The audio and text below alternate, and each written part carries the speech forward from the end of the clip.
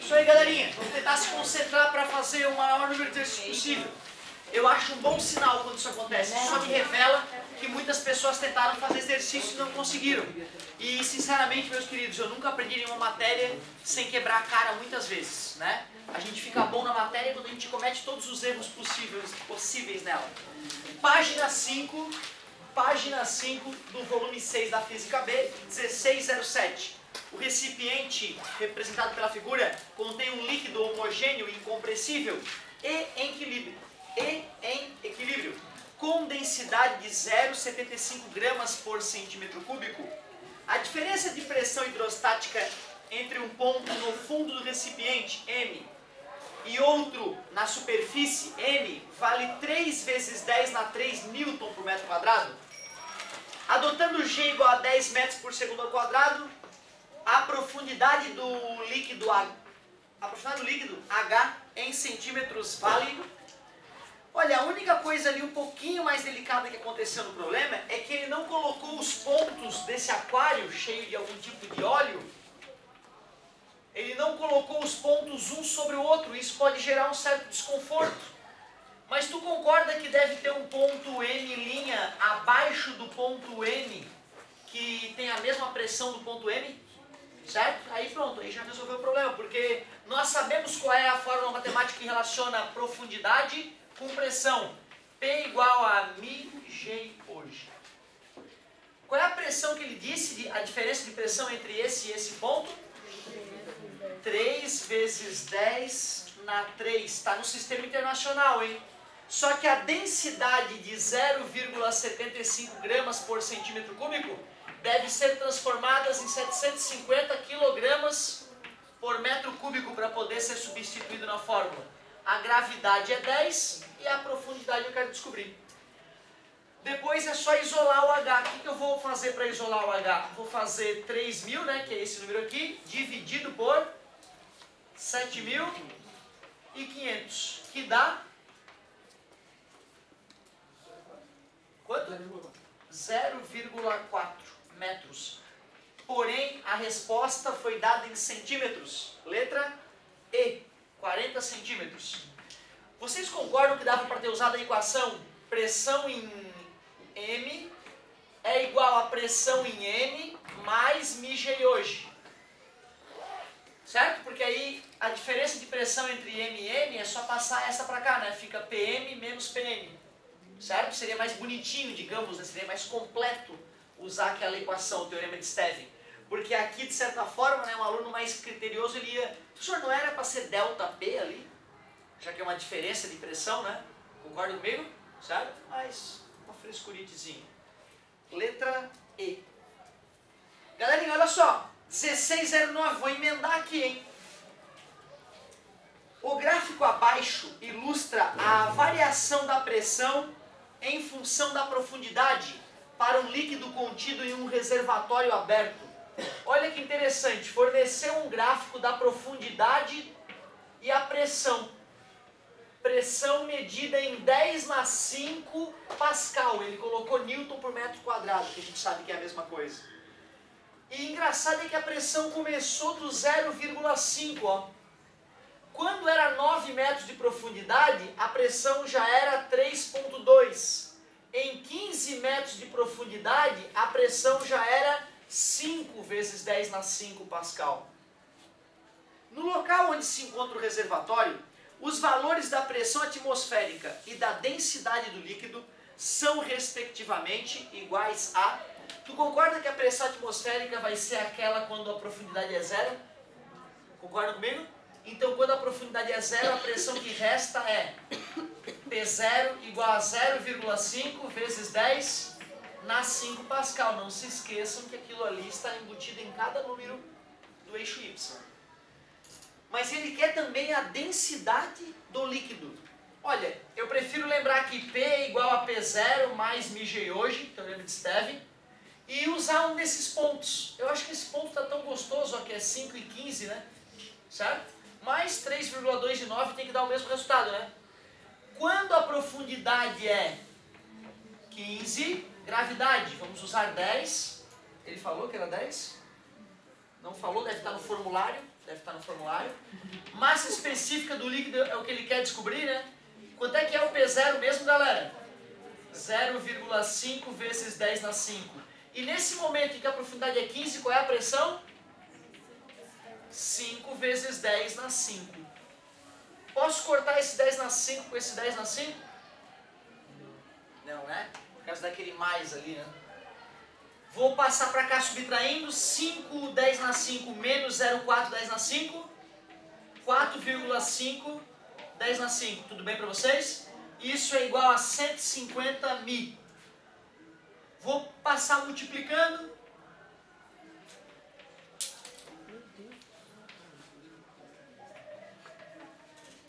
Tudo bem para vocês? 10 na 5. Dei 5 pulinhos. 1, 2, 3, 4, 5. Vou tirar os zerinhos. Mi é igual. 45 dividido para 15 é 3. 1, 2, 3. 3.000 quilogramas por metro cúbico. Esta é a densidade do cara. Se ele pediu em gramas por centímetro cúbico, é só dividir por 1000. Não, mas é isso mesmo. Fica à vontade. Então, olha só. Eu tenho a densidade e tenho a pressão. Qual é a letrinha, galera, que tem a pressão atmosférica de 0,5 vezes 10 na 5? Letra B, né? 5 vezes 10 na 4, ele colocou em notação científica, e 3 vezes 10 na 3, ele também colocou em notação científica. Letra B. Muito bem. De certa forma, as duas primeiras aqui foram a aplicação do Teorema de Stevin. Vamos emendar. Passando agora para a página 7. Página 7. No século 17, Blaise Pascal realizou uma série de experimentos com o objetivo de estudar a pressão hidrostática exercida por colunas de fluidos. Um desses experimentos consistia em um recipiente cilíndrico ao qual foi acoplado a um tubo longo, conforme ilustra a figura abaixo. No tubo foi colocado água até o recipiente arrebentar, o que ocorreu após o recipiente estar completamente cheio e ter se estabelecido certo nível de água no tubo. Para as questões abaixo, considere a densidade da água igual a 10 na 3 kg/m3, né? 1000, a gente sabe disso. E a pressão atmosférica 100.000 pascal. E π igual a 3, gente fina. π igual a 3. Letra A. Considerando que o raio da tampa do cilindro, do recipiente cilíndrico, era de 20 centímetros, e o nível da água no tubo chegou a 10 metros, calcule a força exercida sobre a tampa. Bom, tem um tubinho que ele vai encher de água, né? Quem é que vai fazer força na tampa? Quem é que vai fazer força na tampa do cilindro? O líquido, né? Como que ele vai fazer uma força? Através de quê? De um contato. É verdade, é uma força de contato. E essa força, como é que a gente vai calcular o valor dessa força? Através de que definição? Perfeito. P igual a F sobre A. Se eu descobrir a pressão que a água exerce ali, né? E se eu souber a área, eu determino a força. Concordam comigo? Então, beleza. Ele disse que o raio da tampa é 20 centímetros. Então, qual será a área dessa tampa? Π R ao quadrado. Concordam comigo? Pediu para usar o π como 3 e no lugar do raio eu não vou usar 20 centímetros, eu vou usar 0,2 metros. Tranquilo? Cuidado, hein? 0,04 vezes 3 dá 0,12 metros quadrados. Eu calculei essa áreazinha aqui, a área da tampa. Beleza? πr ao quadrado. Me ajudem se eu errar, hein? O nível da água era 10 metros. Como é que eu vou calcular a pressão, então? P igual a μg hoje. Ah, peraí, hein? Ele falou a pressão atmosférica. Então, se esse tubo estiver aberto, tem um P0 já lá, concorda comigo? Então, eu vou usar o Teorema de Stevin mais uma vez completinho. P igual a P0 mais μg hoje. A pressão atmosférica é o 10 na 5. Massa específica da água é o 10 na 3. Gravidade 10. Altura 10. Pressão igual. Deu 10 na 5 também, né? 10 na 5 mais 10 na 5. 2 vezes 10 na 5. Claro, na aula a gente falou, né, que a cada 10 metros, uma atmosfera. Então é óbvio que ia ter 2 atmosferas de pressão, né, na base do tubo. Já que a água que preenche esse cara aqui, nessa região, a pressão dela é 2 vezes 10 na 5 Pascal, e tem uma área ali, que é uma área de 0,12 metros quadrados, se eu sei a pressão, 2 vezes 10 na 5, e sei a área onde esta pressão atua, 0,12, eu descubro a força. 0,12 vezes 2 vai dar 0,24, 0,24 vezes 10 na 5, para colocar em notação científica, 2,4 vezes 10 na 4 newtons. Eu acho que para o estudante ele pensar em newton não é normal, né? Normal quando a gente vai pensar numa força, a gente pensa em quilogramas, né? A força que a gente faz para sustentar uma certa massa, né? Só vamos pensar então. 24 mil newtons, 2.400 quilogramas, uma força equivalente a 2.400 quilogramas. Pô, dá para entender porque que rebenta o cilindro, né? Dá até vontade de fazer em casa. Deve ser parecido com um rojão ali colocado ali dentro. Bum, vai rebentar. E tem que tomar cuidado, porque se for uma latinha, né? Essa latinha aí pode estilhaçar. Eu lembro que uma brincadeira saudável que meu pai me permitia fazer há uns 12 anos é que ele trazia rojão de Joinville gigantesco. E eu e meus amigos botavam a latinha em cima do rojão, acendia aquela porcaria e a tampa da lata saía. E a gente achava o máximo. Imagina isso no pescoço de uma criança daquela. Para um tubo de... Adorava, né? Tu vê, né? Criança não tem filtro, né? A mãe do cara fica desesperada, a gente não entende por quê. Aqui no gabarito tá 12 mil. Opa, errei. Deu 24 mil a nossa. Eu vou reler a pergunta. Tem razão? Tem razão. Eu vou reler a pergunta, peraí. Considerando que o raio da tampa do recipiente cilindro era de 20 centímetros e o nível da água no tubo chegou a 10 metros, calcule a força exercida sobre a tampa. Não, então eu vou me perdoar. Eu calculei a força que o líquido exerce sobre a tampa. Ele não deixou claro quem era. Se ele tivesse perguntado qual é a força resultante sobre a tampa, eu concordo com o gabarito. Eu teria calculado a força resultante sobre a tampa e o gabarito aí estaria correto.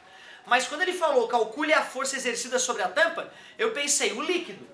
E o líquido exerce aquela força sobre a tampa. Eu pergunto, por que a resultante é a metade?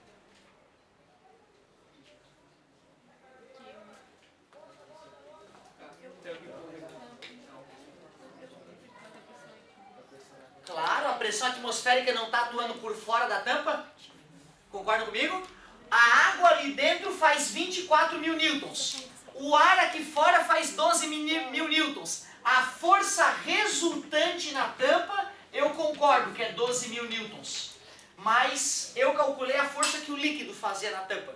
Ele não deixou claro, né? Só para fingir que eu não errei.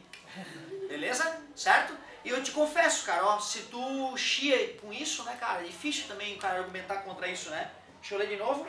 Calcule a força exercida sobre a tampa. Exercida por quem? Né? Eu só pude imaginar um líquido. Beleza?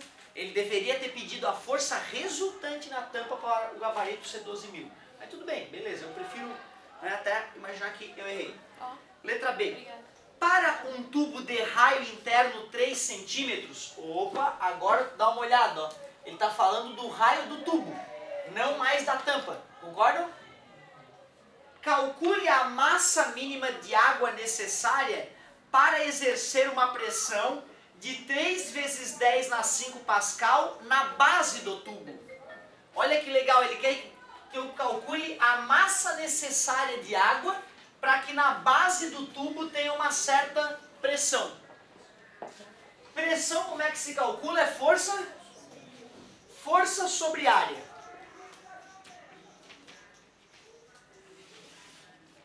Letra B, pressão é força sobre área. A pressão que ele deseja na base do tubo é quanto? 3 vezes 10 na 5, obrigado. A força Quem é que exerce essa força que gera a pressão? É o peso do líquido. Concorda comigo? É o peso do líquido. E qual é a área da tampinha ali? A área da base do tubo, perdão. Como é que se calcula? Πr ao quadrado, obrigado. Π vezes R ao quadrado. Quanto que ele disse que era o raio? 3 centímetros. 3 vezes 10 na menos 2 ao quadrado. Beleza? Certo? Passei para metro já. Se está tudo no sistema internacional. Cuidado, galera. Aquele P é o peso do líquido. Depois que eu descobrir o peso do líquido, peso igual a M vezes G, eu acho a massa de líquido. Eu poderia ter usado o teorema de Stevin, ter achado a altura de líquido, calculado o volume de líquido no tubinho e depois com a densidade ter achado a massa também. Certo? Também seria interessante. Mas vamos assim, vamos fazer assim mesmo. Quanto é que o amigo disse que era o π? É gente boa. P igual 3 vezes 3. Desculpa. 3 vezes 3 ao quadrado, né? 9. 9 vezes 3. 27 vezes 3. 81. Concorda comigo? Agora vamos para a potência. 10 na menos 2 ao quadrado. 10 na menos 4, obrigado. Vezes 10 na 5. 10 na 1. Deu um peso de 810 newtons. Qual é a massa de água? 81, né, galera? É só dividir por 10, certo? 81 quilos de água tem que ter no tubinho para a pressão ser...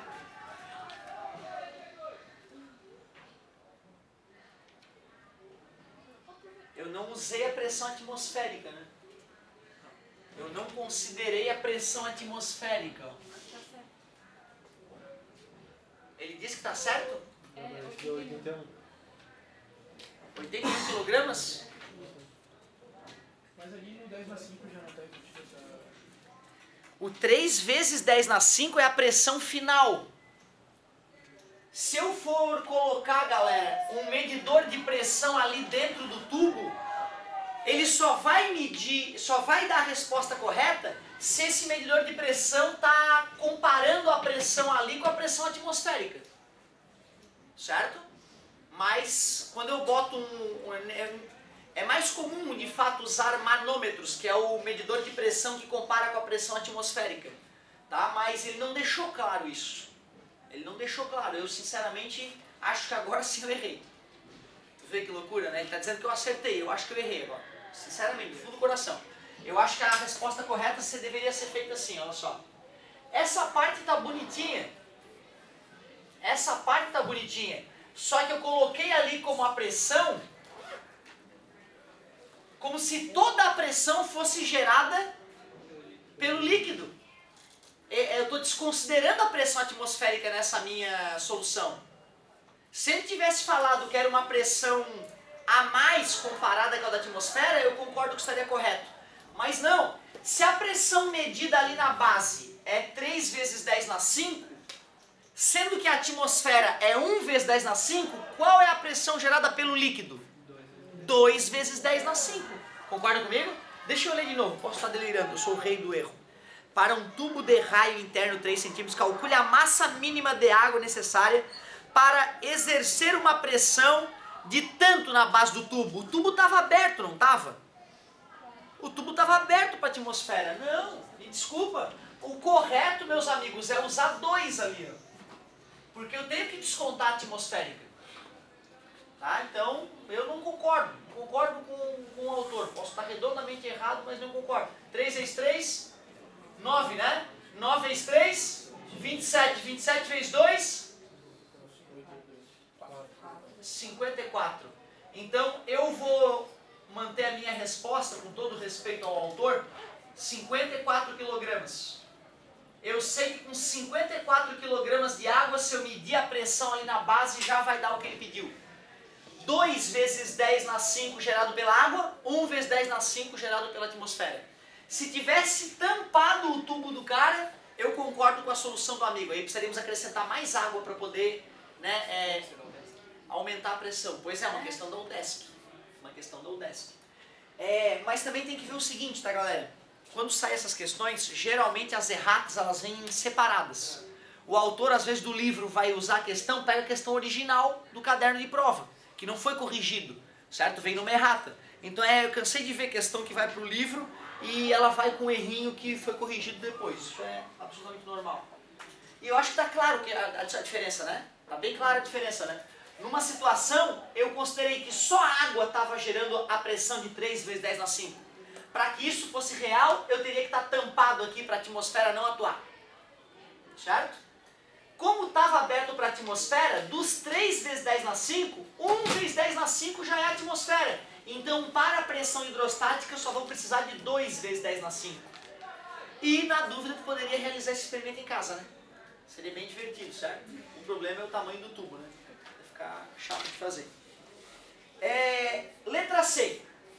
Mantendo-se o mesmo nível da coluna da água, haverá variação de pressão na base do tubo quando um tubo de 3 centímetros de raio interno for trocado por outro de 1 centímetro de raio interno? Justifique sua resposta. Ele está dizendo, a espessura do tubo, se é um tubo grosso ou um tubo fino, vai mudar a pressão na base do tubo? Não, por quê?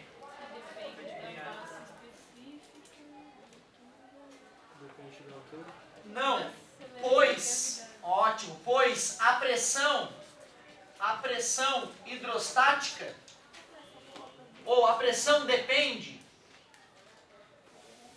apenas da aceleração da gravidade, massa específica e profundidade, exatamente. G, Mi, H. Mi, G hoje. Do Mi, do G e do H.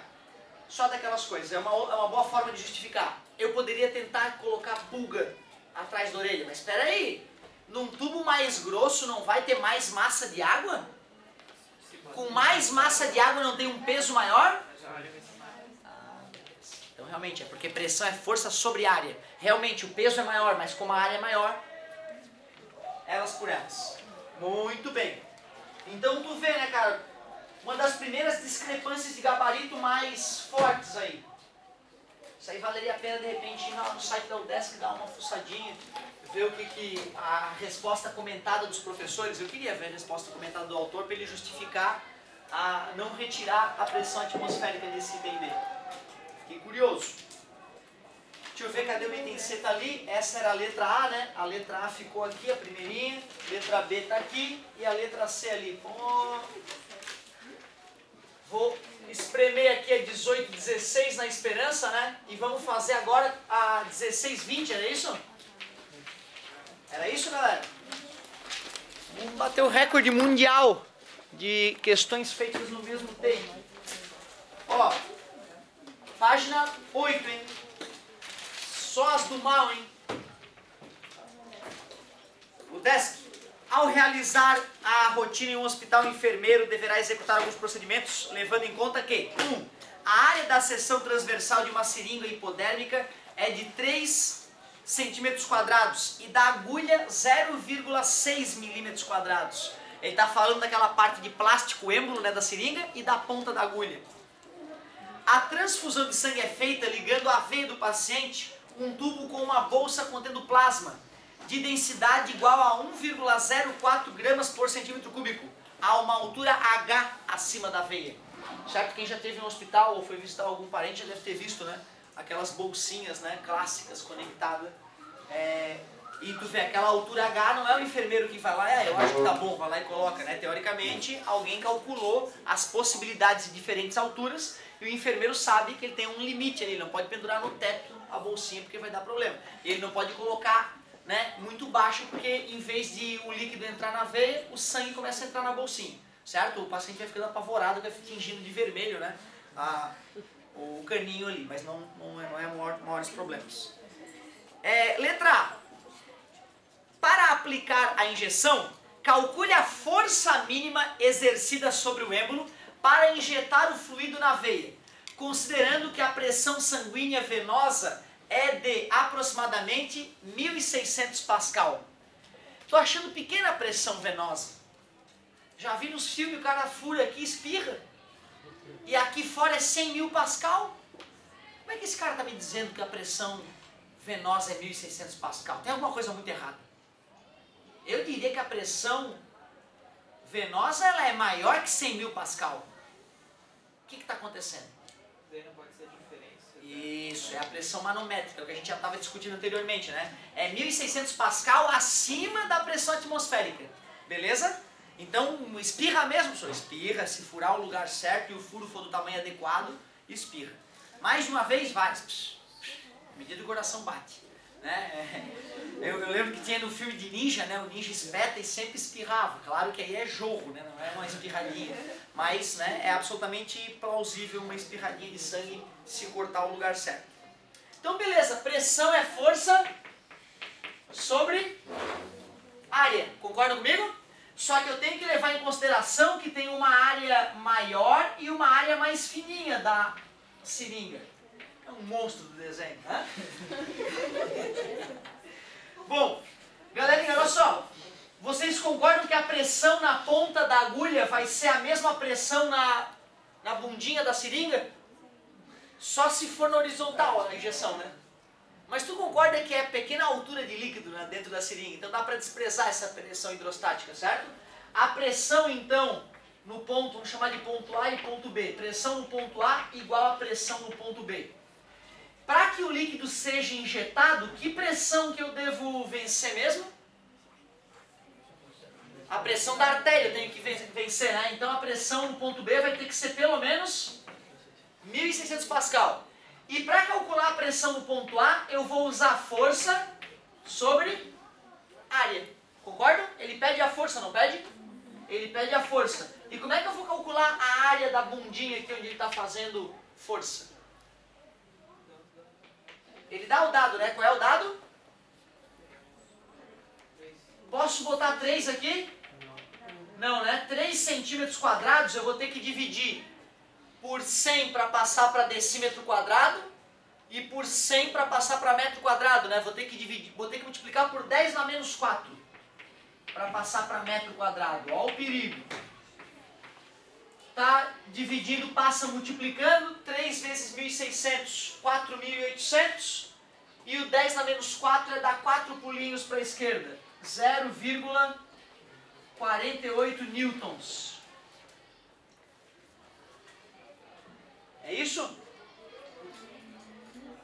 São 1.600, vou ter que fazer, eu tenho a área, vou ter que fazer uma força nesta área. Show de bola. Poxa, aqui nós estamos desprezando os atritos, concorda comigo? Se tu for usar uma seringa com água, tu vai ver que é relativamente fácil apertar ela. Se tu for colocar algum tipo de xarope ali dentro, tu vai ver que apertar ela é bem mais delicado. Outra, tu não usa a seringa que tu usou provavelmente não tinha agulha, né? Concorda comigo? Era sem agulha para ficar seguro de brincar. Pô, dá para espirrar longe a água. Beleza? Só que com a ponta da agulha fininha, imagina o líquido querendo passar bem espremido por ali. Tem o atrito viscoso. Eu estou falando isso porque se tu for calcular vai dar uma força ridícula. Tu vai quase assoprar a agulha e ela vai injetar no cara. E não é assim. Quem vai dar uma injeção numa outra pessoa tem que exercer uma pressão forte com o polegar. Então são os atritos viscosos aí que são desprezados. Benzetacil, putz, aquele líquido é grosso. Então o cara tem que fazer uma força gigante para o líquido ir penetrando, certo? E a dor também é proporcional às vezes, né, cara? Puta, que injeçãozinha doída, benzetacil. Sei lá, né, cara? Dói, bem chatinho. Letra B. Vão conferindo o gabarito aí pra mim, gente. Depois do que aconteceu, tudo é possível. Qual será a pressão do plasma ao entrar na veia do paciente para a transfusão de sangue quando a bolsa de plasma estiver 1 metro acima da veia do paciente? Poxa, pressão definida por uma coluna de líquido é MJ hoje, não é isso? Qual é a densidade do líquido que vai formar a coluna? 1,04 gramas por centímetro cúbico.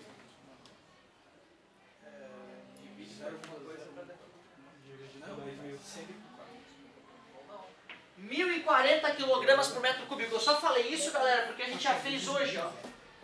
Concorda comigo? É só por isso que eu te cobrei. Vezes Gravidade que é 10 vezes 1 metro, não é isso? Pressão igual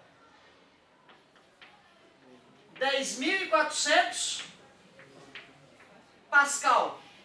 Concordam comigo? 10.400 Pascal vai entrar na veia do cara? A pressão uma atmosférica é... Isso, ó. Tu concorda que, além de tudo, naquele saquinho onde está o plasma, tá? Aqui, beleza? Aqui tem um lugarzinho, né, que pendura o plasma, o paciente está ali deitadinho. Meu Deus, os braços. Peraí. A perspectiva, bota a cabeça bem para trás, parece que é pequena a cabeça dele, mas não é. Ó, na verdade, tu concorda que a atmosfera como um todo atua em volta da bolsinha, espremendo ela? Certo? Então, esses 10.400 é além da atmosfera. E ele estava falando que a pressão sanguínea era 1.600 Pascal, não é isso? Acima da atmosfera. Com 10.400 está show de bola, né? Mais que o suficiente, né? Dá até para fechar um pouquinho a torneirinha. Fechar um pouquinho a torneirinha, tem a torneirinha ali. E aí tu conta as gotinhas que estão caindo. Certo? Tu conta as gotinhas que estão caindo. Se começa a pingar muita gotinha, pô, o fluxo tá demais. Pode até realmente, se tu jogar um líquido, né? Que não seja perfeitamente compatível com o sangue em quantidades grandes muito rápido, pode dar um choque no cara, o cara pode ter até um problema. Então tu vai, né, tem norma, cada tipo de medicamento tem um certo tempo para entrar no paciente. O enfermeiro, ele dá uma contadinha ali no relógio, nas gotinhas, vê se está adequado, fecha um pouquinho a torneirinha e toca a ficha. Show de bola. Fecharam os gabaritos, galera? Ah, agora sim. Vou passar na UDESC então. 18 e 16. 18 e 16. Agora na página... Não, peraí. Tinha questões da 17, não tinha? Então é o momento perfeito pra gente dar uma